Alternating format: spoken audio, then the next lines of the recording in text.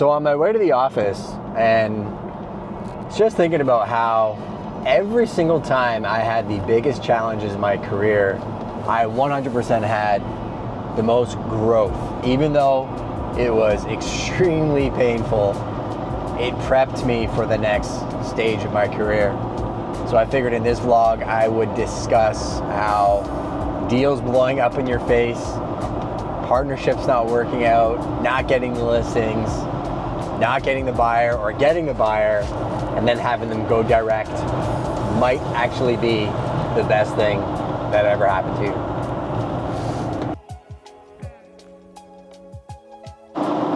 So when I got in real estate, like everybody else, I had a lot of time, not a lot of skill, not a lot of money. So I used my time to try and develop skill to get money, and then basically use my money to buy back my time or leverage skill. So buy people with skill so I didn't have to learn it, right? That's kind of the sequence that you always want to follow in real estate entrepreneurship. I don't care what you do, it's always the same, right? Time, skill, money. So first thing I did was, I remember using my time to show every buyer any property I possibly could. I worked with some amazing people. I think one of the biggest mistakes I made super early on was not understanding how to properly qualify people. So I went very, very quickly and found a mentor because I realized the brokerage I worked for, fantastic brokerage, really nice people, but they gave me a cell phone, a PDF package, and I didn't really have any mentorship. So the first thing I did was I tried to get into every single listing and house I possibly could. Went to broker open houses, went on caravans. Anybody that would call me to see anything, I'd just go meet them at the property. Never understood the qualification process because I didn't have a mentor. Like when you get in real estate, you know, all the brokerages tell you, we're gonna give you training, we're gonna give you leads, we're gonna give you mentorship. Not the experience I had. I had to kind of go and find my own mentorship outside of actually my city because I wanted to find people that were doing it at a higher level. And I started donating my time to those people to just shadow them and pick up some of the skills that they had. And one skill that I saw that they had was they spent time explaining to people what the next steps were going to be in the home search process, and especially on the listing side. But I'll stick on the buy side first. So, you know, I remember so many people that I showed properties to, I would show them everything and anything just so we could figure out what they wanted to buy. And one thing to this day that I love about my clients is my favorite clients are always apologizing, saying, oh my gosh, so sorry you had to show us all these houses before we got to the final one. And I tell them, like, sometimes that's the process for you to discover where you want to be, what style of house you want to be in, and it changes over time, right? Real estate agents actually use a term, it's called buyers are liars, because a buyer will tell you everything that they want on their wish list in a meeting, and then the house they end up buying is completely different. I don't think they mean it to be as insulting as that phrase sounds, but sometimes early on in your career, the pain of having to spend hours and hours and hours and hours in your car showing houses to people to develop that skill so you can take somebody who says, hey, here's my hit list, and show them options they didn't even think of, that's where failure can actually turn to success. So even though it may feel like you're spinning your tires with people showing them houses and they're not pulling the trigger, sometimes the win is getting the market knowledge and learning the skill of helping people figure out what the right property is for them.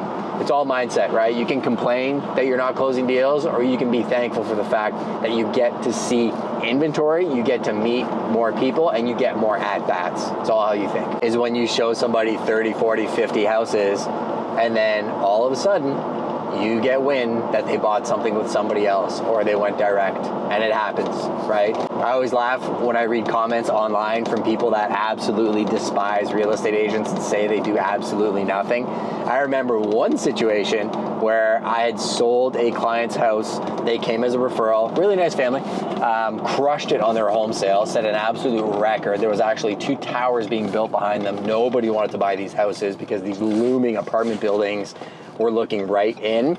And initially, when buildings get built, sure, people feel a certain way about it, but I showed them over time, and we really put that in the marketing, that eventually neighborhoods balance out and they realize, hey, it's not the end of the world. I'm looking at 2 towers by the office right now. You can actually see them as I'm driving up to the office.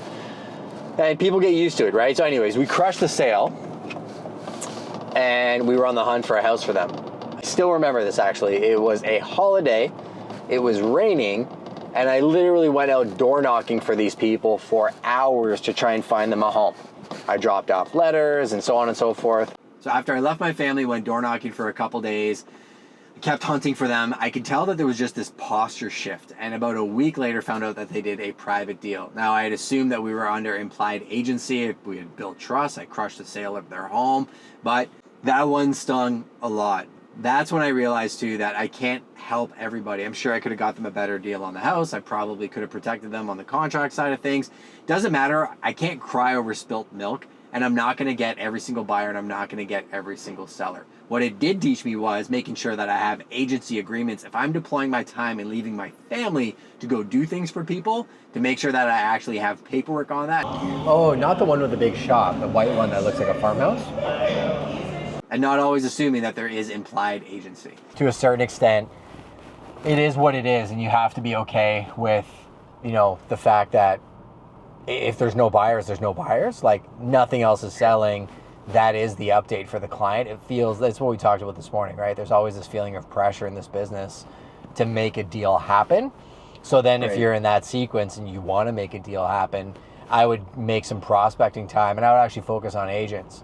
Because who can I call that is going to have multiple buyers for it? We'll have a little bit more time. I'm going to go see it in person. I'm going to try and assess kind of where their head's at. I find like everything that's just listed up in that upper like 1.5, 1.6 range is just sitting. So it just depends on their motivation. Yeah, it just makes a difference doing it right the first time, because then there's no back and forth, right? So.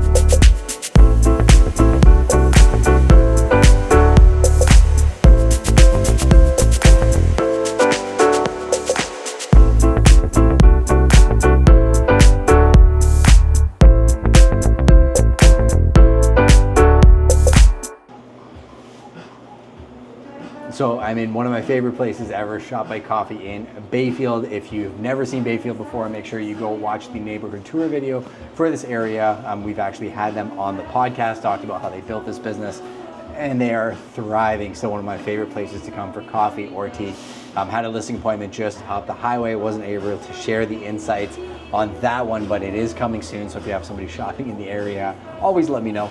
The reason I'm sharing the story from here is I was thinking about another deal that blew up where I had been interviewed for a listing and I gave very honest pricing advice, and they didn't like my pricing advice. So one thing that'll happen in this business is sometimes you'll be very honest with people, they don't like what they hear, and they'll go with somebody who will tell them something different.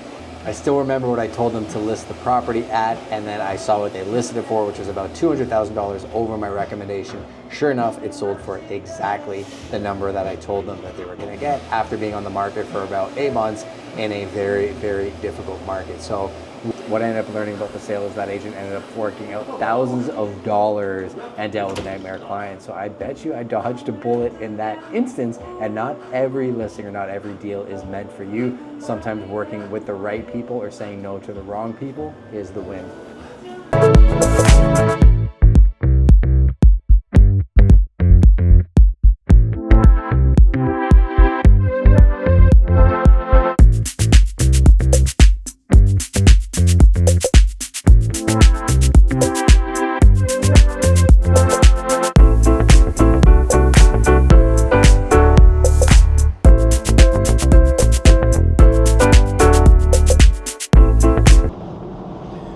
Total side note, but the last vlog got more hits on the farmers market part of the episode than anything else.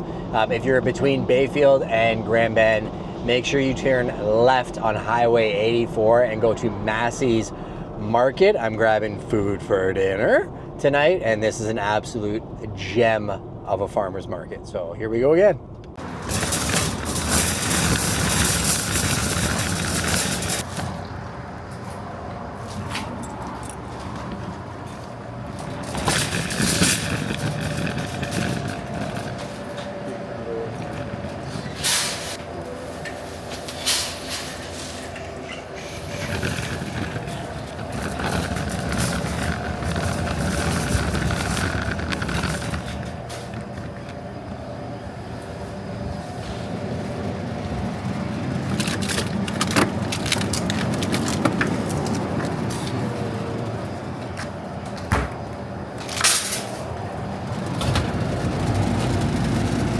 These are absolute gold. Pine Ridge Barbecue, whole chickens.